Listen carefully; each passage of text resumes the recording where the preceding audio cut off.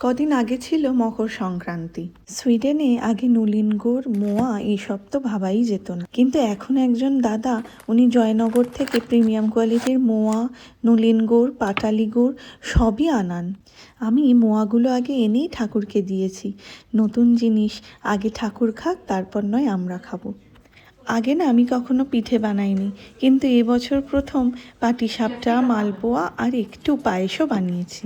মালপোয়া আমার দাদা বরাবরই খেতে ভালোবাসতো, তাই মা অকেশন ছাড়াও না প্রায় মালপোয়া বানাতো। আমার যদিও এগুলো বানানোর একদমই কোনো এক্সপিরিয়েন্স নেই, তাই একটু ভয়ে ভয়েই বানাচ্ছি।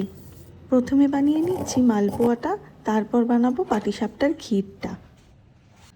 এই যে ঘিটা দেখছো, আমি কিন্তু এটা এখানে আসার পর থেকে ঘরে নিজেই বানাই। আমি না ঘি ছাড়া একদম থাকতে পারি না, তাই আগে ইন্ডিয়া থেকে যখন আসতাম 1 কিলো 2 কিলো ওজন ঘিতেই চলে যেত, তাই এখন নিজেই বানিয়ে নিই। এই যে মালপোয়ার ব্যাটার রেডি, এবারে দিয়ে দেবো তেলে। মালপোয়াগুলো যখন ফুলছিল তখন বেশ আনন্দ হচ্ছিল। এখন একটু ব্ল্যাক কফি বানিয়ে নিচ্ছি, আর খিদেও পেয়ে গেছে। বিকেলে কিছু না খেলে আবার আমার হয় না, তাই ভাবলাম একটুখানি খেয়ে রেস্ট নিয়ে নিই, তারপর আবার কাজে লেগে পড়বো। पंडित तो कुछ दिनों के लिए किसी काम का ना रहा। गुड, अपॉइंटमेंट कंफर्म कर दो। जी मैडम। और भारती तुम घर जाओ। এবার বানিয়ে ফেলেছি পাটিসাপটার ভেতরের পুরটা, মানে ক্ষীরটা। আমি পাটিসাপটা বরাবরই ক্ষীর দিয়ে খেতেই ভালোবাসি। আমার ভেতরে নারকেলের পুরটা খুব একটা ভালো লাগে না। আসলে আমি নারকেল খেতে একদম ভালোবাসি না, সেটা শুধু চিংড়ি মাছের মালাইকারি ছাড়া।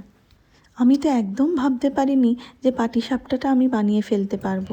মনে যে আনন্দ হচ্ছিল তা প্রকাশ করে বোঝাতে পারবো না। নব তো দেখে ভাবতেই পারছিল না যে এগুলো সব আমি বানিয়েছি। এই কর্পূর ডিসপেন্সারটা আগেরবার বাপি আমাকে এনে দিয়েছিল। এটা জ্বালালে সারা ঘরটা খুব সুন্দর গন্ধে ভরে ওঠে। এই যে আমার বানানো রেডি মালপোয়া, পাটিসাপটা আর গুড়ের পায়েস। গরম গরম পাটিসাপটাগুলোর ওপর একটু নলিন গুড় ছড়িয়ে দিলাম। পুনে ওয়ারিয়ার্সের মতো ক্যাপিটাল। এত কিছু খেয়ে পেট পুরো ভরে গেছে, তাই ডিনারের আয়োজনটা একটু লেটেই শুরু করেছি। मकर संक्रांति, पोंगल, उगादी, बिहू और गुड़ी पड़वा की हार्दिक हार्दिक शुभकामनाएं। আশা করছি তোমরা বুঝেই গেছো যে আজকে ডিনারের মেনু কি। কড়াইশুঁটির কচুরি, আলুর দম আর ছোলার ডাল।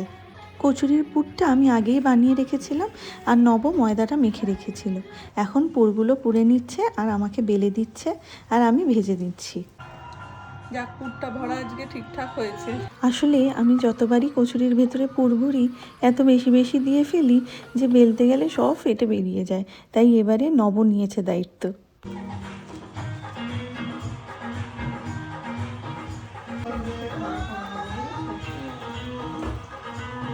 ব্যাস, মোটামুটি কচুরি রেডি। এবারে তিনজনে মিলে ডিনার করে নেবার পালা। খুব সুন্দরভাবে কাটলো আজকের সারাদিনটা। তিনজন মিলে পালন করে নিলাম মকর সংক্রান্তি। চলো এবার আমরা খেয়ে নিই।